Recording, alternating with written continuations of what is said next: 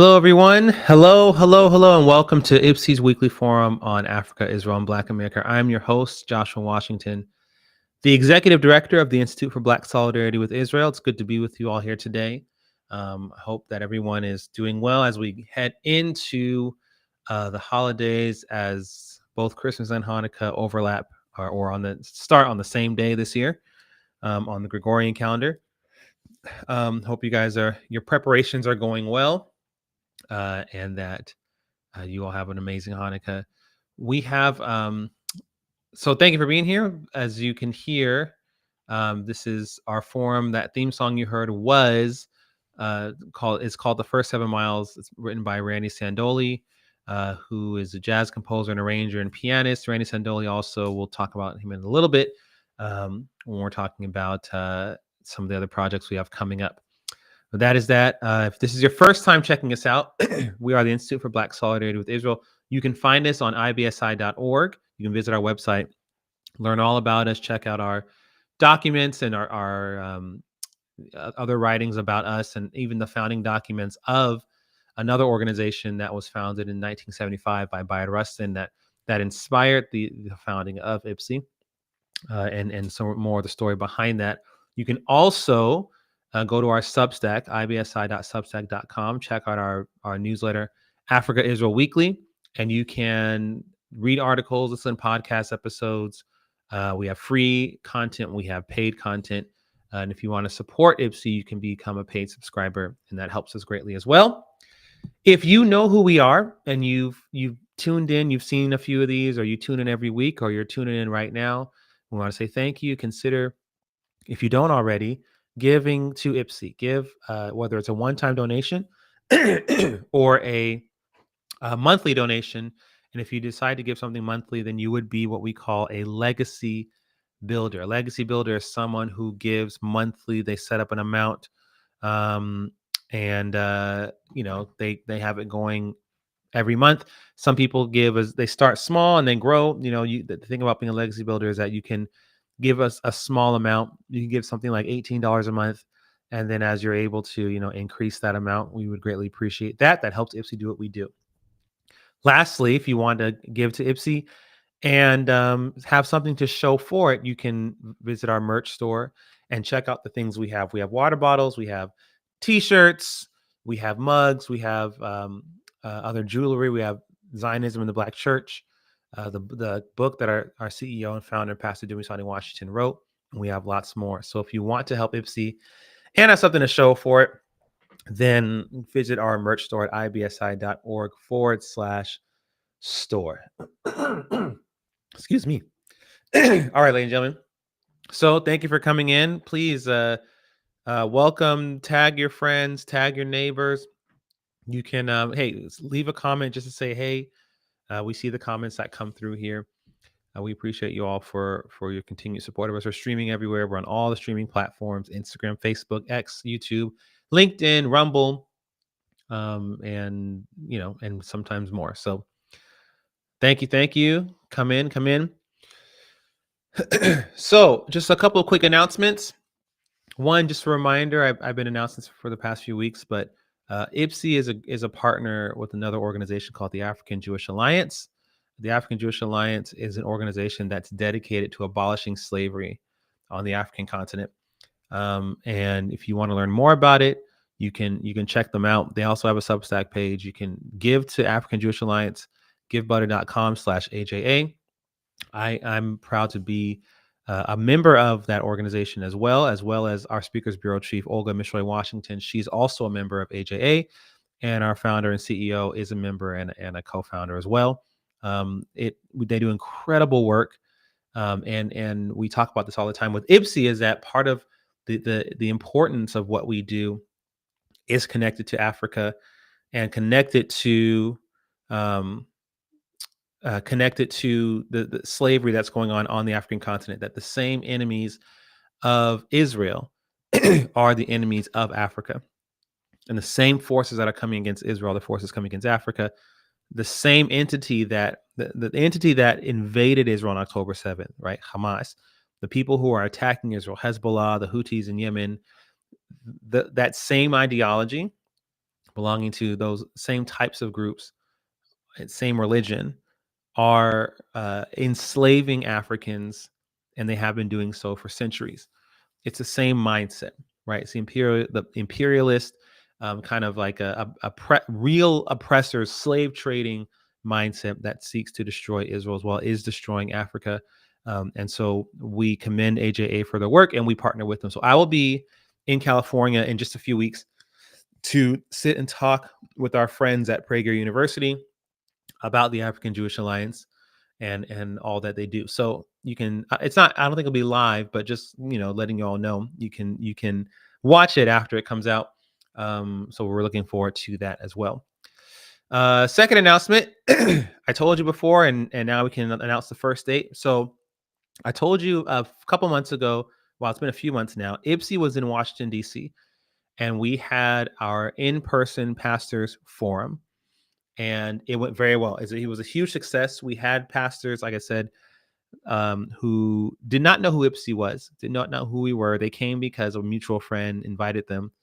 And by the end of the event, there were tears, there were light bulbs were coming on. The event was centered around Israel, right? The conflict, the Israel-Africa relationship. We even had our friend Simon Dang with the African Jewish Alliance, who is a former slave from Sudan, come and talk about his upbringing, as taken as a slave at 9 years old for over 2 years, and then we talked about how the Black community has been targeted for propaganda and for Jew hatred for centuries, and how intentional that was. And it was something that really set some alarms off for the pastors that were there.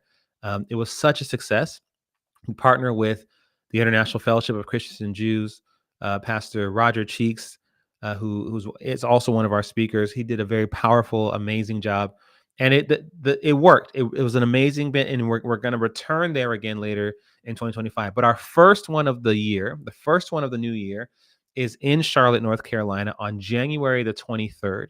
And so, if you're a pastor in the Charlotte area, maybe you're in South Carolina, but it's not too far of a drive, or maybe you're further up in Durham, or in that area, or Winston-Salem. If you're a pastor around the Carolina area and you want to be a part of this, you can. The registration link isn't up yet, but you can just send an email to IPSI. Just say, hey, we want to come. Right, go to info@ipsi-now.org and say, hey, I want to be a part of this. I'm from this church, and we'll make sure that you will be the first to get the link when the registration link is up.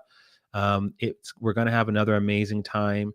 Send us an email and just let us know. Like I said, the link will be up soon, but we're going to continue this, and we'll be doing it almost every month in 2025. And a couple of the months we're doing it, we're going to do it twice in a month in different parts of the country. So that's our first one, Thursday, January 23rd. We hope to see you all there, and I'll make another announcement about that toward the end. All right. Okay, ladies and gentlemen, let's dive into it. So I'm actually gonna work backwards. I told the producer this. I give notes to our wonderful producer, and then sometimes I either go off script a little bit, or I just go in a different order. So I'm going to start with the thing I put last, and talk about this here because it's very important. This week marks the 13th year anniversary since Boko Haram went on a Christian killing spree in Nigeria on Christmas. So this week, so in 2 days, it'll be 13 years to the day. On Christmas, 13 years ago, Boko Haram went on a rampage and killed almost 40 people, destroyed a lot of property, burned down churches, and in particular, the deadliest blast occurred at St. Teresa Catholic Church in Madala. So a lot of Catholics and Catholic buildings were destroyed, and people were killed and injured. And it's something that has not really changed in Nigeria from then to now. So this was 13 years. So do the math. 13 years ago was what, 2000 and I want to say 2011. So this was 3 years. This was 3 years before the Bring Back Our Girls thing happened. This was 3 years before Boko Haram, the same group, kidnapped those girls, the Chibok girls in Nigeria. This was 3 years before that happened, right? 3 years before that, you have this deadly attack, which was condemned by many across the board, in different human rights groups and watchdog organizations condemned it. The Vatican condemned it.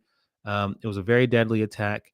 Um, and when it comes to Christians in many parts of the world, especially in places like Nigeria, especially in places like Iran, um, you have there are specific days that are where unfortunately Christians can expect to be more dangerous than others. Two of those days, two of those main days are Christmas and Ramadan. Ramadan is a Muslim day, it's a Muslim holiday. And of course, Christmas is a holiday for millions of Christians across the world. And um, w- if you live in a country or in an area where there's hostility, like either sanctioned by the government or just de facto intense hostility towards Christians, not only hostility, like, saying some mean words. I'm talking about beating up on the streets, churches burned down, pastors slaughtered in front of the congregations, those types of things, right? If you live in an area where that happens, you know that things are going to get more intense on the day where you might worship and the day that where the Muslims worship as well, for different reasons. Um, and it's interesting because, and I want to draw this kind of, it's not a parallel. It's actually it is a parallel, but on its face, it's kind of opposite thing. In Israel, the only reason why Ramadan isn't like a mass graves type of thing where Jews are just slaughtered across the streets is because Israel has the IDF. It's because Israel has the Israeli police. It's because Israel has their own defense system. So you can't employ quite the same tactics. So what do you do in Israel? You incite violence and then you blame the Israeli government for attacking you for no reason, right? This is why almost every year on Ramadan, and it's always the same lie. Oh, the Israelis are trying to storm and destroy our mosque. You know that Jew-hating Muslims have been saying that since 1929. I think 1929, the Hebron massacre might I don't it probably wasn't the first time that it's happened, but it was a very notable time in history because that was when Jews who were living in British Mandate Palestine, along with the Arabs, were slaughtered. Were slaughtered by the a few hundred of them, machete. It was like if you saw the October 7th footage, imagine the Hebron massacre being like that, except there are no guns. It's just knives and giant and bigger knives. Women were raped in front of their families, daughters were raped in front of their parents and then killed, parents were killed, people were tortured. It was an orgy of violence. And it all started with a lie that was orchestrated by some of the imams that were there, and along with um, Hajj Amin al Husseini, who was at the time the Grand Mufti of Jerusalem. This lie was orchestrated that the Jews are trying to destroy our mosque. And then one Shabbat morning, the Jews woke up and they were surrounded. The Jews of Palestine, the actual Palestinian Jews, right at the time, because Israel wasn't reborn yet, and there was no ethnic marker of Palestine. It was the Jews of Palestine. They woke up on one Shabbat morning, looked out the window, and they were literally their neighborhoods were surrounded by Arabs with weapons, with machetes and all other kinds of stuff, and it was a bloodbath. Okay, that lie was Jews were trying to destroy our mosque. And it just seems like almost every year on Ramadan in Israel that happens. Oh, the Israeli government is trying to destroy our mosque, and so then there's violence that ensues, and then uh, Israel begins to lose the PR war because much of the world starts condemning Israel because they're intolerant toward Muslims. Never mind the fact that there are laws in Israel that actually favor Muslims above Jews. One of those things is the Temple Mount, right? We meaning Christians as well and Jews are not allowed to pray up there. Muslims are allowed to pray up there. Christians and Jews are not. You can't even look like you're praying. If your eyes are closed, if they see you mouthing, nope. Now, this is Israel, right? This is a Jewish government. This is Israeli government. What I should say, predominantly Jewish representatives and everything. But the law is that only Muslims can pray on the Temple Mount. And then we just found this out recently.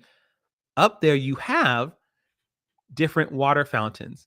There's one that's just for, or I should say, yeah, they're separated, right? There's a main water fountain, which Muslims can drink from and they're permitted to. And there's one that's further away that's for everyone else. So not only is Israel not trying to discriminate against Muslims, but there are laws in place that actually, my personal opinion is that it's not fair to Jews and Muslims who are living there, but those are the rules, right? And so people who don't know any of that stuff, they'll go and they'll blame Israel for this and blame Israel for that. And the reason why that tactic is employed is because they can't just outright slaughter them like they do in Nigeria.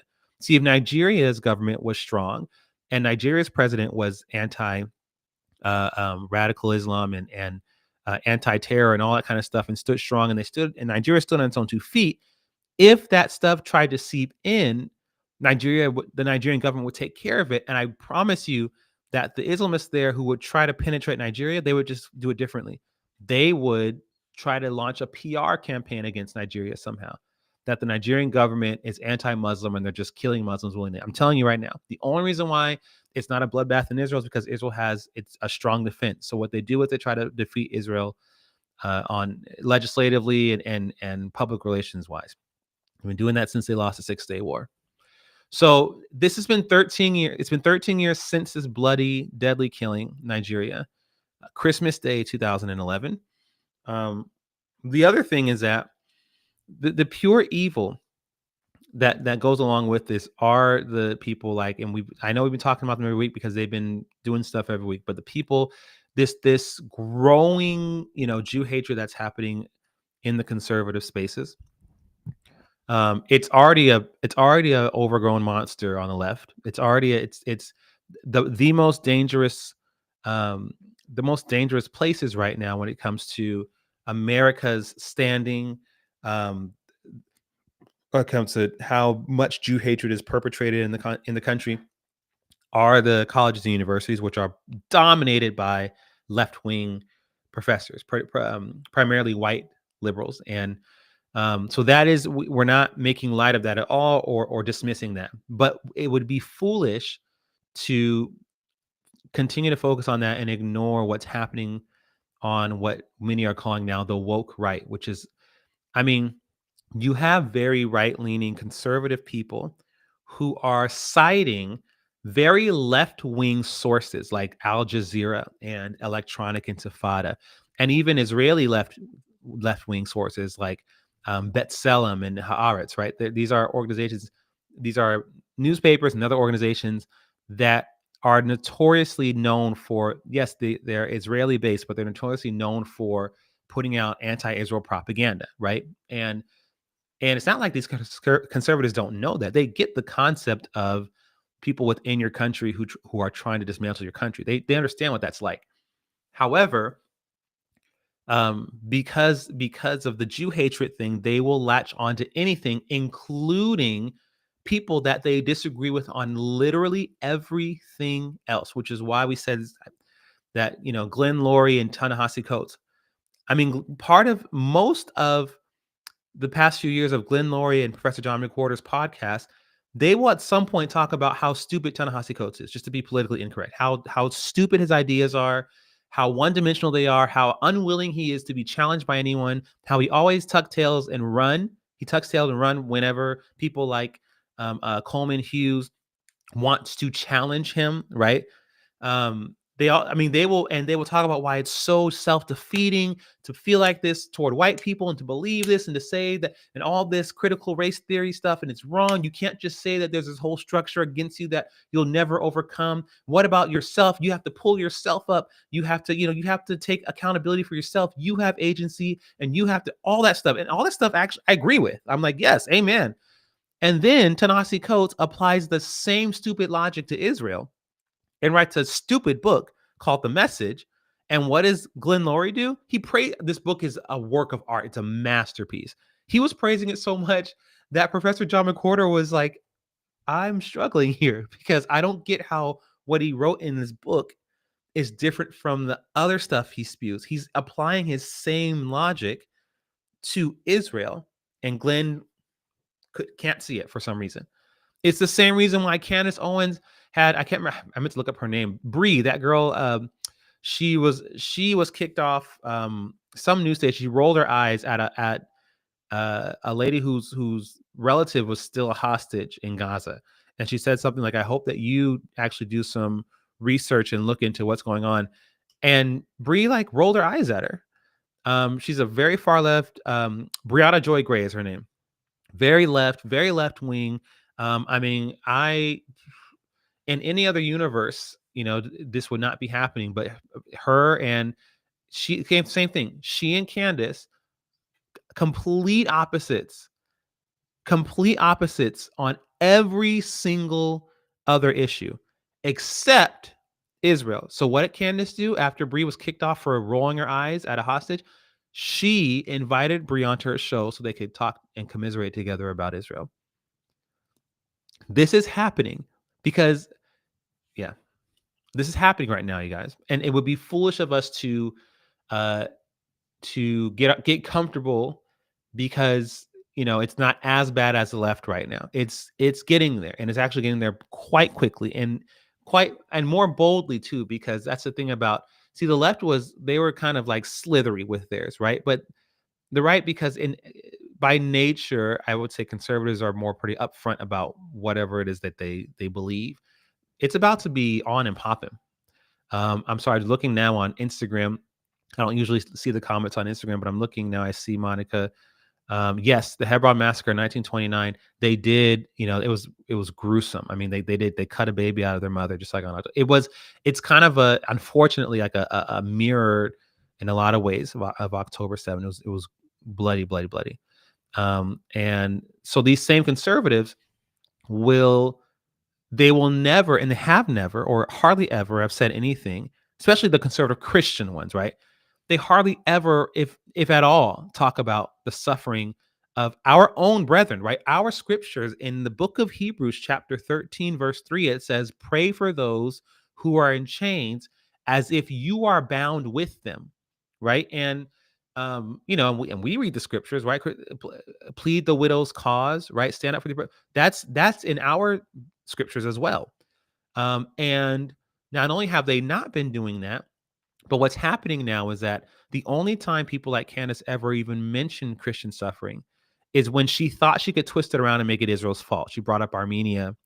She did for a second bring up Islamic Jihad, but only to say that those aren't Islamists, those aren't Muslims, those are American operatives. Basically saying that Islamic terror isn't real. America's planting these people to. And here's my thing. That's not true. But even if that was absolutely true, Candace, why aren't you still talking about it then? Even if that is absolutely true, the Christians in Nigeria, the Christians in Sudan, the Christians in Mauritania, the Christians in China, they're still being slaughtered and killed by the thousands every year. So even if it was the case that all of their killers were American operatives, you can still say something about how we're oppressing Christians. You don't talk about that. The reason why you left that issue as quickly as you approached it is because you're lying.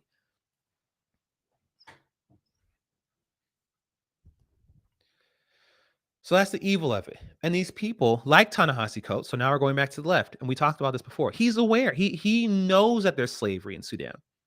We shared a video a couple weeks ago. Now it's all over. It's on social media. It's on our page, on the AJA page. The founder of the African Jewish Alliance, also the founder of Americans for Peace and Tolerance, and a bunch of other organizations, Charles Jacobs, good friend of ours, well known for his work in combating slavery. He's a Jewish man who's dedicated his life to freeing slaves in Africa. He's been recognized for it. He received an award from Coretta Scott King in the year 2000 for his work. This man is known, and he is a fighter. He's been doing this for a long, long time. He had an event at Howard University in 1996, and he was on a panel with other Africans talking about what we're talking about right now, the slavery going on in the continent. He had Africans on the panel with him who've experienced these things, who've seen jihadism with their own eyes. They're talking about this. And Ta-Nehisi Coates, he's not there to fight with them. He's a college student. He's a student at Howard. He's going there because he's interested, and he asked a very good question. He says, I'm paraphrasing, because he said, wow, all this stuff is going on in Sudan. What do you say to people like Louis Farrakhan who say that there isn't slavery happening in Sudan? How do we push back on some? He even asked, how do we respond to Farrakhan? How do we respond to a leader like him with his stature who said that there isn't anything going on in Sudan? So he was there to learn. He was there to learn. Um, but it goes to show that people like him, they are aware of what's happening and they're choosing to go after it. Let's for those who are watching who let's say you don't consider yourself a Zionist. Let's say you're a non-Zionist, right? You're like, look, not anti, I don't know enough to get involved. And I don't for those of you who just are watching and trying to understand, right? And you think, oh, he's just a Zionist. Let's just take the Zionist lens out of it for a second, okay? Let's just take the Zionist lens out of it for a second. It should bother you that so many of these leaders feel so comfortable crapping all over Israel day in and day out, but not giving the same attention and energy to these other things, right? And this isn't whataboutism. I'm talking about Christians. Christ is king, Christ is king, Christ is king. I mean, I talk about my Christianity all day long and Jesus this and I Jesus, Jesus. Okay, Jesus, all around all over the world, Jesus, right? Okay, so Jesus, there are millions of Christians around the world who are being tortured and slaughtered and raped and forced into slavery because of their love for the same Jesus that you claim. The same Jesus that you claim. Why do you spend most of your time when you address global issues talking about these little spats that happen in Israel between some of the Jews and some of the Christians sometimes, right? And I mean, like there was a thing that happened about a year ago, I think, where there were these proselytizing Christians that walked into a very Orthodox area, Israel, Orthodox Jewish area, and was like preaching the Gospels, and it did not go well. It was, man, people were yelling and shouting them down, and some of the Orthodox Jews that were there even spat at their feet. Look, I'm not condoning any of that stuff. But my thing is, okay, that wasn't great that happened. I think that it was probably really tone deaf just to march into an Orthodox Jewish area preaching Jesus. That's showing a lack of cultural historical understanding. Even if that's your goal, that's just not wise, right? And then of course, I think that it still doesn't constitute spitting on someone, even if you don't like what they're saying, right? So all that was wrong. But my thing is 24/7 for the next few weeks, these Jew haters were just talking about that as if there's nothing else happening in the world, as if Christians in every other part of the world are doing fine. It's all copacetic, and we're just sipping on, a lemonade and sitting under the palm trees and bathing in the sun, and all of us are enjoying freedoms, and it's only Israel where this is happening. No. So again, take the Zionist lens out of it. Just think about it for a second. Why would you be silent? Okay, so let's say you've just now learned, wow, I didn't realize that Christians were being slaughtered in Nigeria like that. I didn't realize that in Sudan. Right. So now imagine now you watching someone like Candace who's aware of this stuff, who spends most of her time talking about Israel and the Jews and Christ is king, and people don't like me because I say Christ is king, and screw Ben Shapiro because Christ is king, and look at these, look at how these Christians were treated for walking into an Orthodox Jewish space and Bible thumping people you go, okay, even if I hear you, Candace, I do, but I just feel like maybe can we talk about Nigeria? Can we talk about China? Can we talk about Iran? Where, hey, there's actually some great stuff happening in Iran. Even though Christians are being persecuted, the fastest growing church right now in the world is in Iran. Even though they're being wholly oppressed, you have people who have been so disenchanted by the Ayatollah regime, even though a lot of people voted for him, that um, they are voting. I mean, they've either gotten saved, that they're Christians now. That we use the term "get saved" as Christians. They've given their hearts to Jesus, and they're joining churches. The majority of the churches, the leaders and pastors are women. Most of the men are in prison and all that stuff. So there are some even good things happening. You could even talk about. She never mentions that. Why? And you have to ask yourself, okay, but you can talk about how bad Israel is, da, da, da, da, but why don't you give the same energy to Iran? Why don't you give the same energy to China? Why don't you give the same energy to Sudan, to Mauritania? Why don't you give that same energy to these places where Christians, to Algeria, right?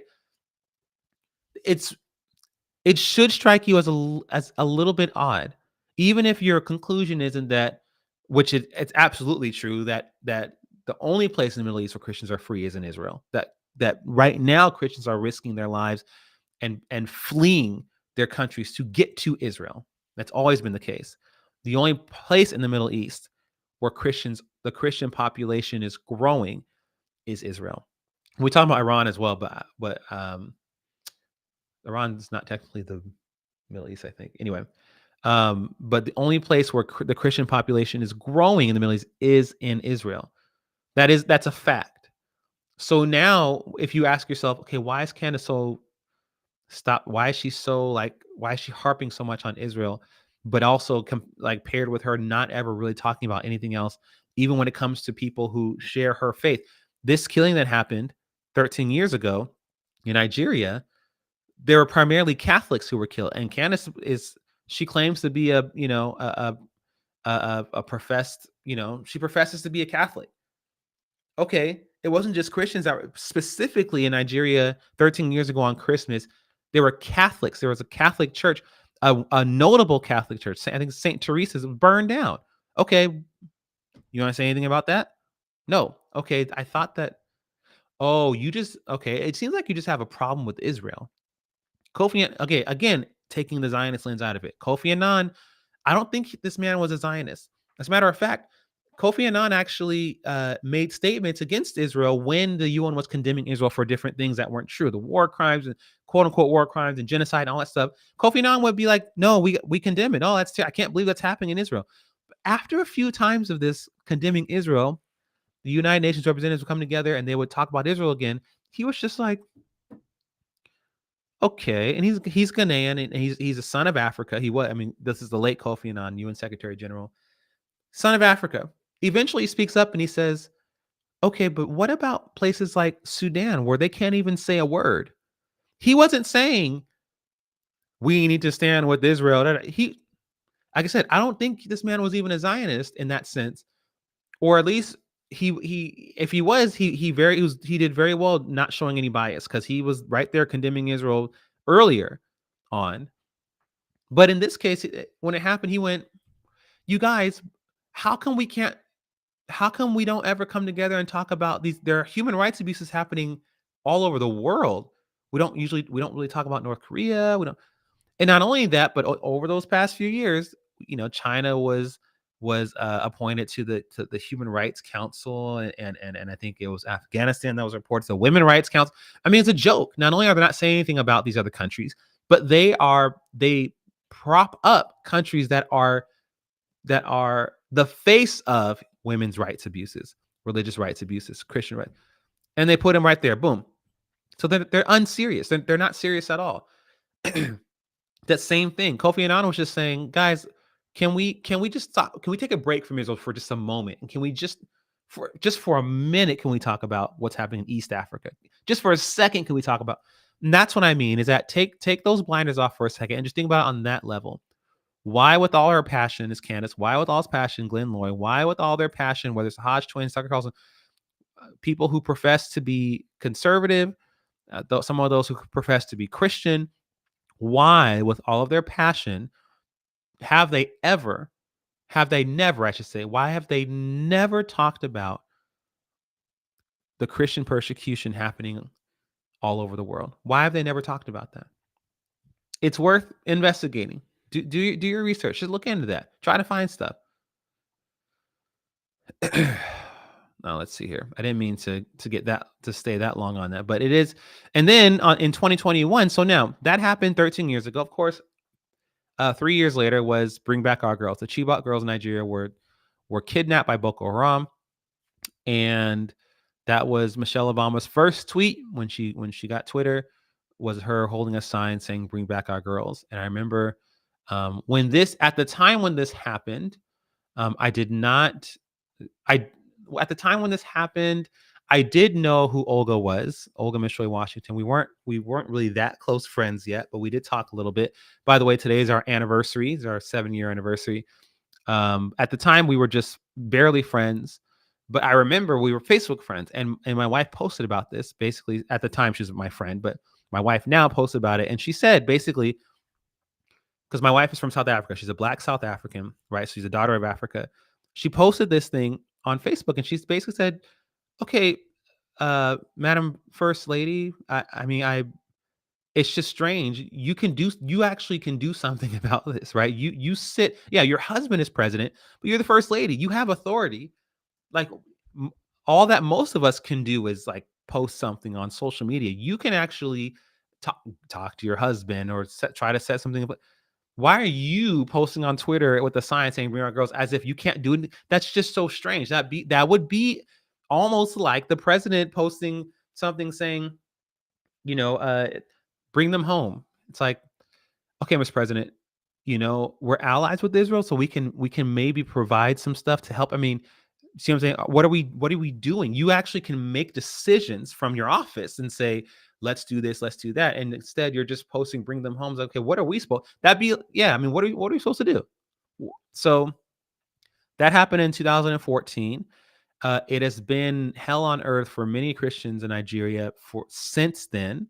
Nothing has really changed. Only things have gotten worse. The average now is about 5,000 Christians or more now a year are being slaughtered in Nigeria for their faith.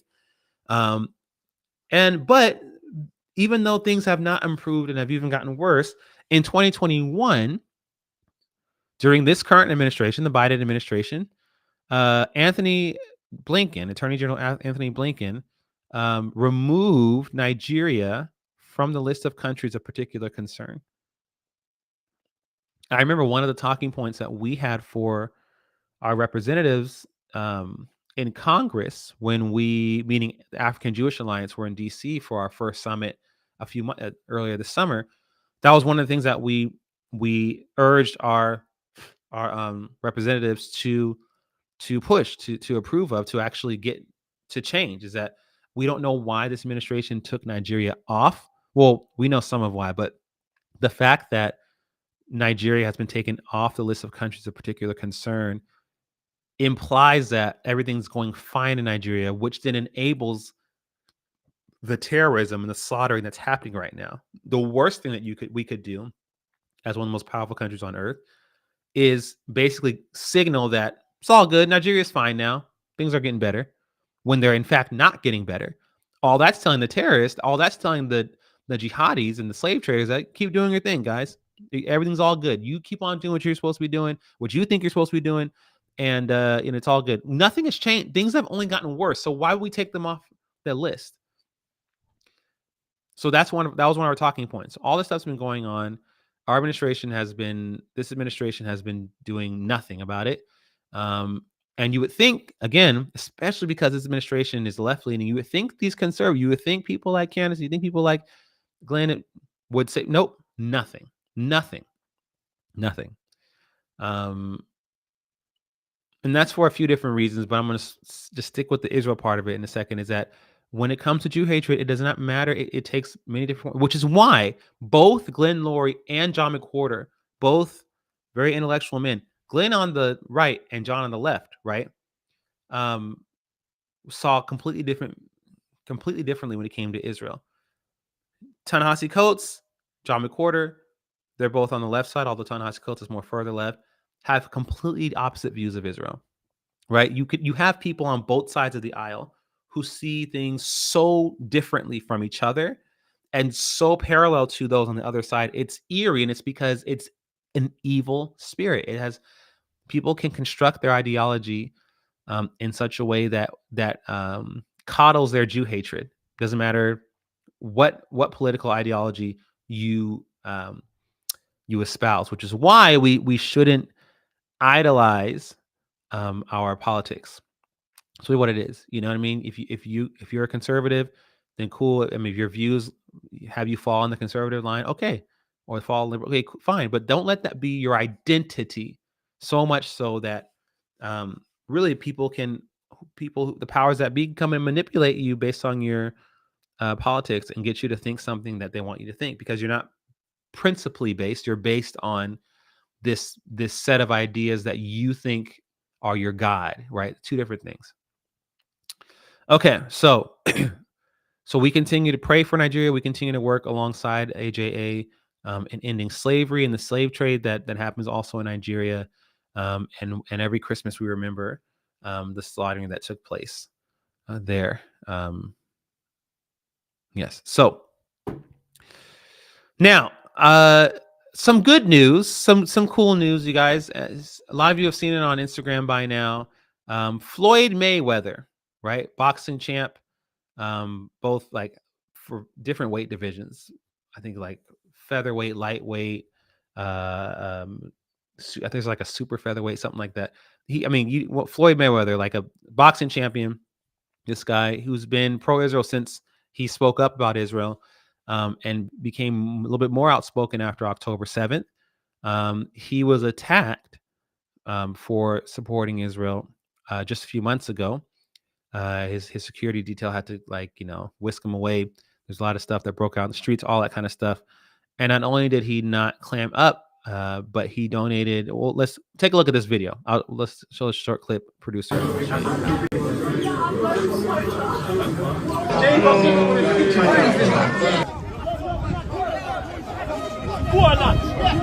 stop touching!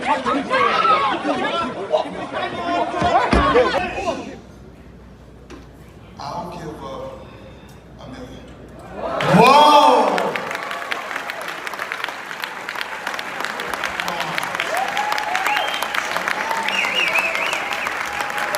Look at this, look at this, look at this.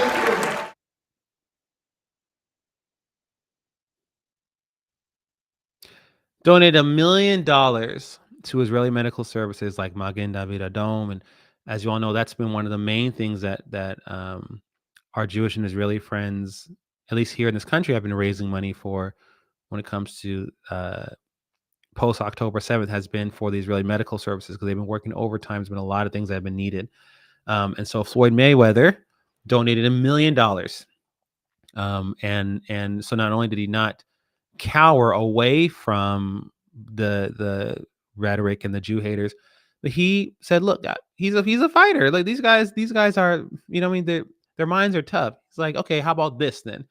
How about this? How about I give $1 million? So we say, thank you, champ. We appreciate it. Thank you for your example, and we pray for your safety and for your continued steadfastness in standing with Israel and with the Jewish people in this time. Thank you. That's awesome.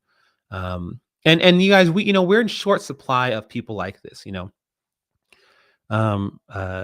unconventional or people who refuse to conform, like nonconformity in our some of our celebrities, right? When you look back, you think back on whether you agreed with them or not, you had people, they had the guts to say what they needed to say, right? Even though it wasn't popular and it wasn't something that was going to help them. As a matter of fact, some of their endorsements were pulled away from them and all those things. But you had people then, artists, athletes, people like Arthur Ashe, people like I said, even like Muhammad Ali, people like Sam Cooke, people who they put their careers on the line to say some things that they felt needed to be said.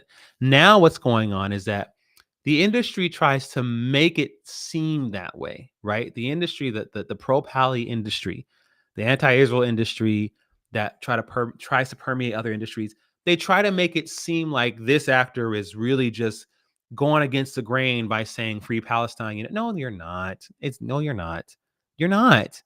You're absolutely not. That's not a heroic thing to do. It's not a brave thing to at the Grammys where, like what happened the last time at the Oscars, I think, or the Grammys, the red pin with the bloody hands, right? I think that was the Oscars. There's nothing heroic about that. There's nothing brave about that, because most of your followers and your people are on your side, right? Except for obviously those who are Zionists or the Jew, or especially most of the Jewish people, your Jewish followers. But hey, you don't care about them. They're such a small percentage of your followers anyway. That's not brave, you guys. Bravery would be, I really want to know more about this particular conflict. Not because it's surface and everyone's talking about it, but because I'm just interested in it. Bravery is, okay, I'm going to speak on something that no one's really talking about right now. I don't know how it's going to be received, but I really feel like it needs to be said. And then speaking on it. Even if your hands are shaking, you don't know what, That's bravery. Bravery is not licking your finger, sticking in the wind, and seeing that everyone's saying free, free Palestine. So then you say free, free Palestine too. That's not bravery. That's actually cowardice. It's even more brave to not say anything. Everyone's saying free Palestine, and you just sit there and go, it takes more guts to be quiet when everyone else is speaking than to just say what everyone else is saying.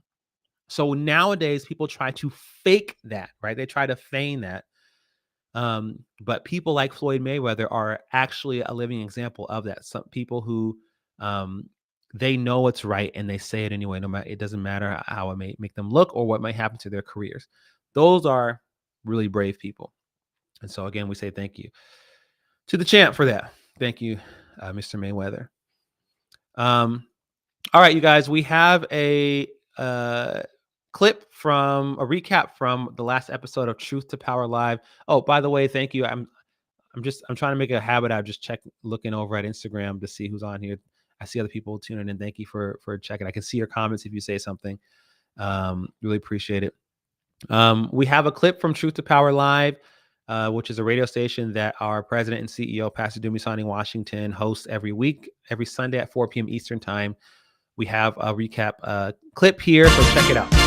Sarah Adams is a former CIA targeter. Al-Qaeda has all these waves of attacks planned, okay? If you've read our October 7th Know Thy Enemy report, you know this all started with the Hamas attacks, right? That was one of Al-Qaeda's planned attack, and we can talk more about that one later. So they have kind of like these waves against Israel.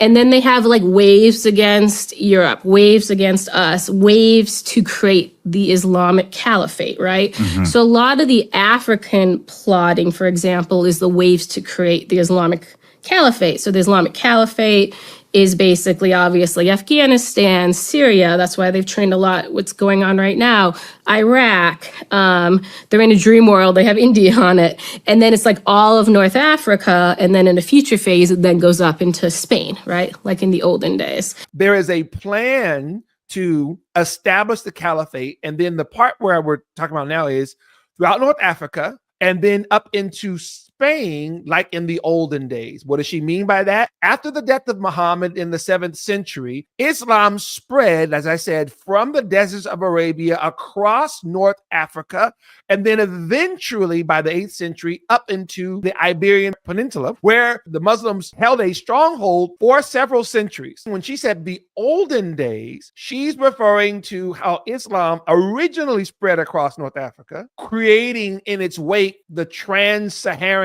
slave trade, which still exists today, the intentional enslavement, particularly of Black Africans who became more and more of the religious minority, because at first they were either indigenous religions that were there. Of course, Christianity predates it. And of course, Judaism, right? You have Jewish communities throughout Yemen, throughout Libya, throughout Egypt. This is long before Christianity comes along. And then after Christianity, those, you know your Bibles, in Acts chapter 2, Luke tells us about the Jews from every nation under heaven in Jerusalem. The Holy Spirit falls. Peter preaches. 3,000 Jews get baptized, believing in Jesus, and then they eventually returned home from wherever they came: Egypt, Syria, Greece, Libya, Ethiopia, which is talked about in Acts chapter 8. So you're talking about the religions that of the three make the Abrahamic religions. First, Judaism, later on, Christianity around the first millennium, and then about 700 years later, Islam. Islam comes and spreads just like Christianity sadly spread through conquest and slavery and all of those things, not at first, but eventually it did, particularly as it became Romanized. So did Islam. It spread in that way as well. This is not about which one was the better one to be spread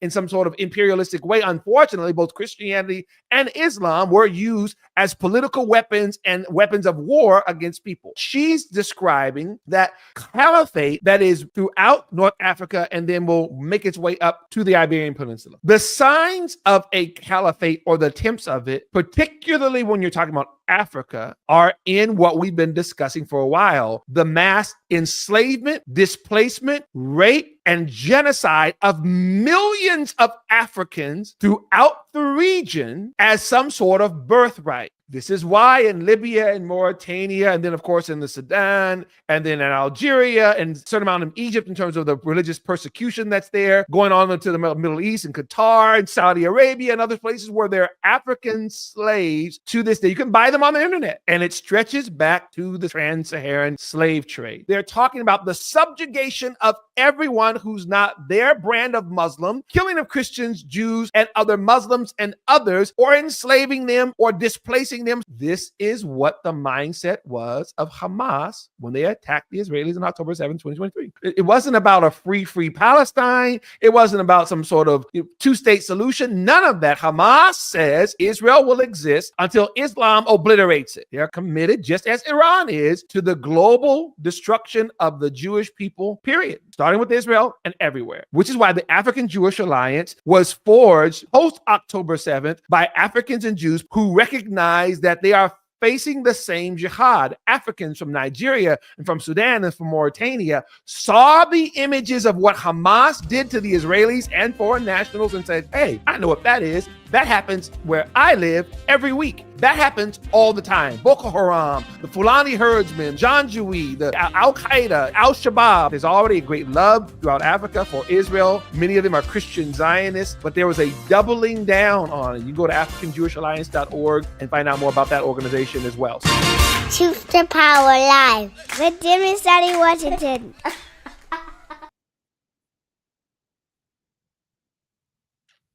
So that's Truth to Power Live, ttplive.com. It's on Rumble, it's on a few other platforms, and you can check it out every week at 4 p.m. Eastern time. Make sure you subscribe to that and check it out. It's good stuff every week.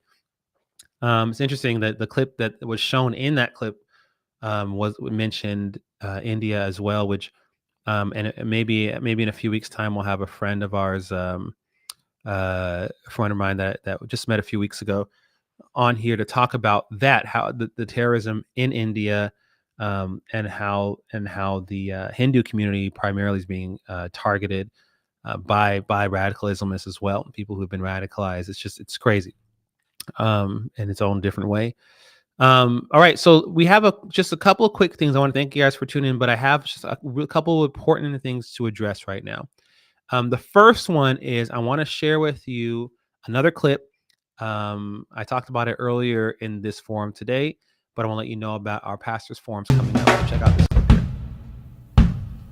In 2022, IBSI launched its online forum on Israel, Africa, and Black America.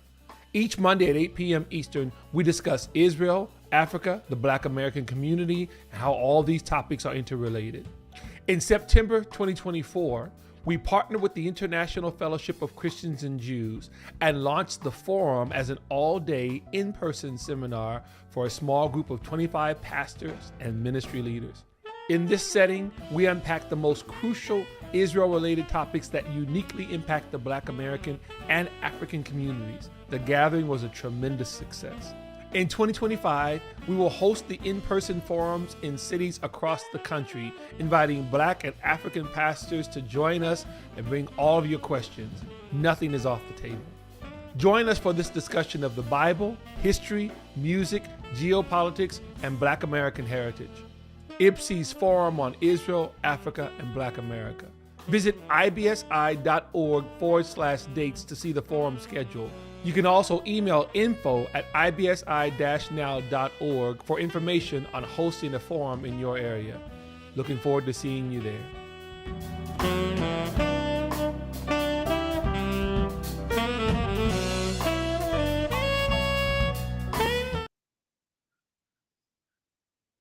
So, ladies and gentlemen, that is our forum.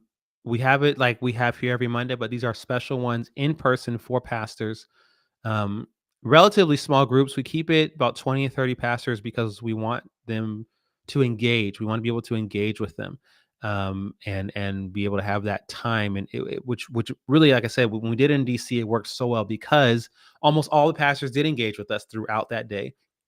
It wouldn't have been quite the same how we opened it up and had a room full of 200 pastors. Numbers wise, it would have looked great, and in terms of, the photo op would have looked fantastic, but we wouldn't have been able to get as deep as we needed to go in terms of our content if we had that big of a group. And so we do these and these types of groups so that we, one, can engage with the pastors, but then two, be able to go deeper and do things at some of their churches, as we were invited after the DC event to do these follow-up events. And so all that said, which actually brings me to this point, I talked about this last week, but what IPSI does, what we do here at the Institute for Black Solidarity with Israel, is 100% what as we're looking at things, as we see what's coming on the horizon, what we feel needs to be done.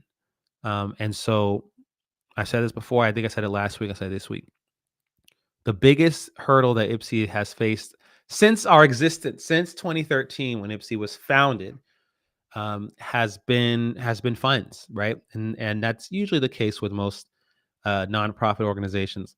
In IPSI's case, I would say that we have had more than several opportunities to potentially bring in, larger amounts of funds, but turn them down because, and this wasn't anything against the people we were meeting with. It's just, the things that were suggested or the things that the funds were supposed to be for was not our mission, right? And instead of altering our mission so that we can get those funds, we couldn't in good conscience do that. And we've talked about that with our CEO all the time, is that we can't and unfortunately we've seen it happen, and not just in the Israel space, just in the world of nonprofits. This happens sometimes, right? You're struggling for money, you're trying to figure out, you're doing good work, and then someone comes along and says, "Hey, I love what you're doing. I want to give $500,000 to your organization." Oh, wow, it's amazing. But I want you to focus on this aspect, which is not what you do. And sometimes not what you do intentionally. Like, well, our vision is not A. I mean, it's not B, it's A, right? They want our mission to be B, which isn't a complete departure from A, but it is enough of a departure to not be what we're supposed to be doing. Some organizations say, you know what, let's change our mission to make it more B and get those funds. We were like, no, we can't. We don't do that. I'm sorry. We appreciate the offer. Because of that, we have had a few donors stay on with us because they appreciated the integrity, right? They appreciated us not wasting their funds. We said, okay, with all due respect, and we appreciate you reaching out, that's not going to work. And here's why. For instance, we talk about it on the forum. College advocacy, college pro-Israel. Look, nothing against college campus pro-Israel groups. There's nothing against them at all. But we've recognized over the years in doing college events early on, and also being a part of other organizations that did that until you can focus on, oh, sorry, I mean, until I'm shaking the camera too much. Let me back up. Until you can focus on what's actually funding the anti-Israel groups, until you can actually address the foreign countries and the terrorist organizations that actually pour money into Students for Justice in Palestine and Faculty for Justice in Palestine, right, and the Muslim Student Association, until you can actually identify where the root cause of that is, right, where the faucet is, turning that faucet off, and then taking those pipes out, simply putting pro-Israel students on campus doesn't do anything except put the two ponds against each other, right? It might teach the pro-Israel students leadership skills and all that stuff in the meantime, which is fine. But in terms of actually fixing the problem of anti-Israel, anti-Jewish groups on campus, it doesn't do anything. It doesn't do anything. It just perpetuates. All it does is it legitimizes the anti-Israel groups.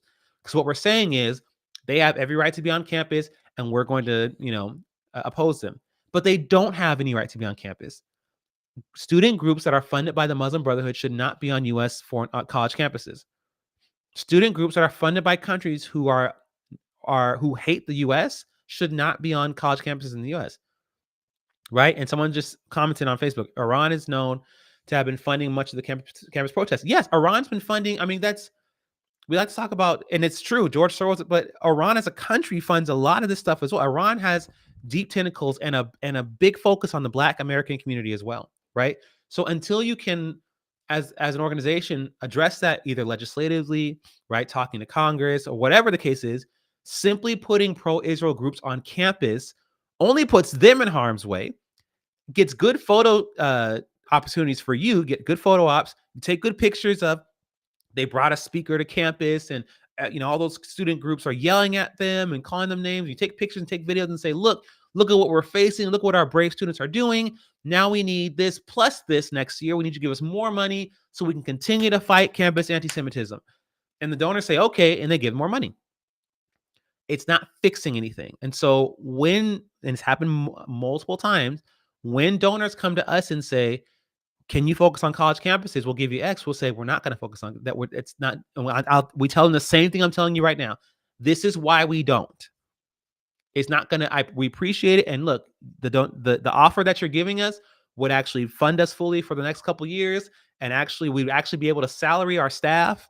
And, our staff wouldn't have to try to take all these side jobs at the same time. But we just can't in good conscience take this money, because what you're asking us to do is not helping anything, right? It's not going to do anything. So that's our heart, because we're doing what we feel we're supposed to be doing.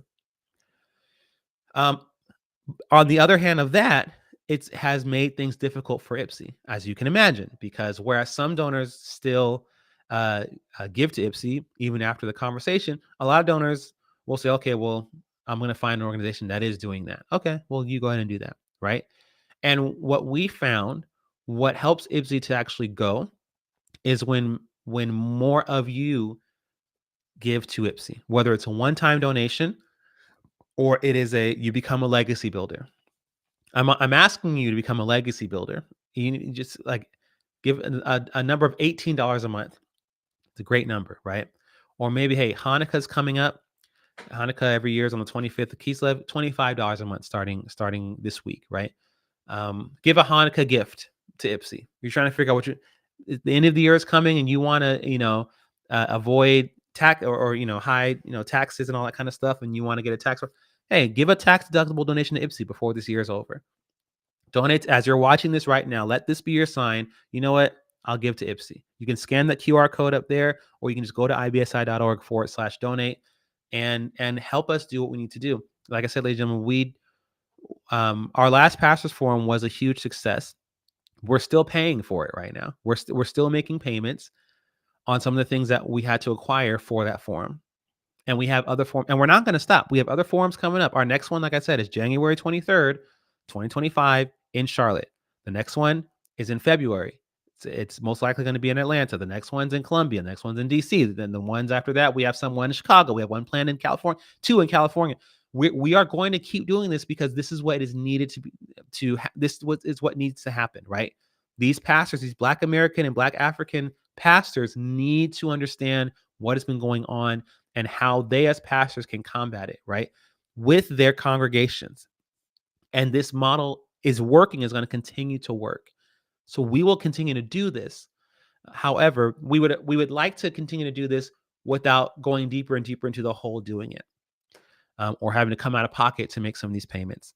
So what we're asking from you now is if you could take just a couple of seconds, if you have a phone, if you're watching this on your computer and you have a phone, scan the QR code. If you're watching this on your phone, just go to a new browser, ibsi.org/donate. You see it right here, the marquee on the bottom of the screen here, and give a one-time or a monthly donation to IPSI to set that up now, and help us to be able to fight back with sharper teeth. We've been able to do so much especially these past couple of years, especially since October 7th. The demand for IPSI has grown. We've been able to do so much with so little. Just imagine how much more we could do with a lot more under our belt than what we have now. So give to IPSI. Give to IPSI now as the year is closing out, and we would greatly, greatly appreciate you. I see your comment there. Thank you for your support. Thank you for those who are watching and have been messaging us. We thank you. We appreciate your support of IPSI. We will continue to fight. We will continue to stand with Israel and stand with the Jewish people. We'll continue to speak out, speak truth to power, and along with the African Jewish Alliance, along with DAISY, Defend, Embrace, Invest, and Support Israel, which is based in South Africa. We will continue to fight this good fight. So thank you all. Thank you for tuning in. I hope to see you next week, even though it's in the middle of Hanukkah. We'll talk with the staff. I don't know if we'll have a forum next week. Maybe we still will. It'll be December the 30th. So it'll be New Year's Eve, and it'll be the middle of Hanukkah. So I'm not sure. But we'll definitely see you in the new year. If not, then we'll see you next week. And you all, thank you. Oh, last thing, I know we're over time. I meant to put this video in our thing so you guys can see it, but it's fine. Maybe we'll do it next time. But the Hanukkah original, Randy Sandoli is the man who wrote the song that we use as our theme song every week. He's a prolific writer, composer, and arranger, pianist. He and I have come together, and we're working. We released a single, a Hanukkah single called "We Remember." We released the music video just a couple of days ago as well. Thank you to the families who contributed their videos. It's beautiful. The kids are so cute. Their kids dancing with them and everything. It's a Hanukkah original called "We Remember," and it's a single that we release next year. We're releasing an entire Hanukkah album entitled "Returning the Favor." There you go. We Remember. The single's out. You can get it on all streaming platforms, Spotify, Apple Music, whatever. You can go on YouTube and check out the music video. That is an idea I had years ago of contributing. A lot of my favorite Christmas music were written by Jews, and so I said, why don't I make an album along with some other friends, and as non-Jews, we'll make an album for Hanukkah and call it "Returning the Favor." So we have that coming out next year, in collaboration with other Jewish and Israeli musicians and artists. It's going to be so cool, and we're looking forward to that, because not only we're going to do an album, but we're gonna follow up the album release with a Hanukkah tour. We'll be going to different synagogues, different shuls, churches, different parts of the country, and even in Israel, performing this stuff live.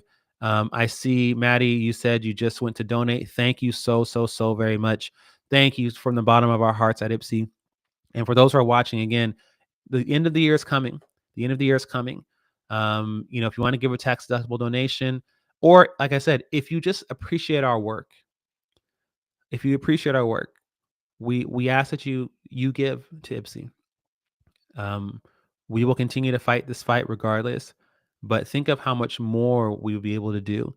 Well, I should say it's us, right? How much more we would be able to do if after every event we weren't making residual payments and coming out of pocket and not paying our staff at all to pay off the events.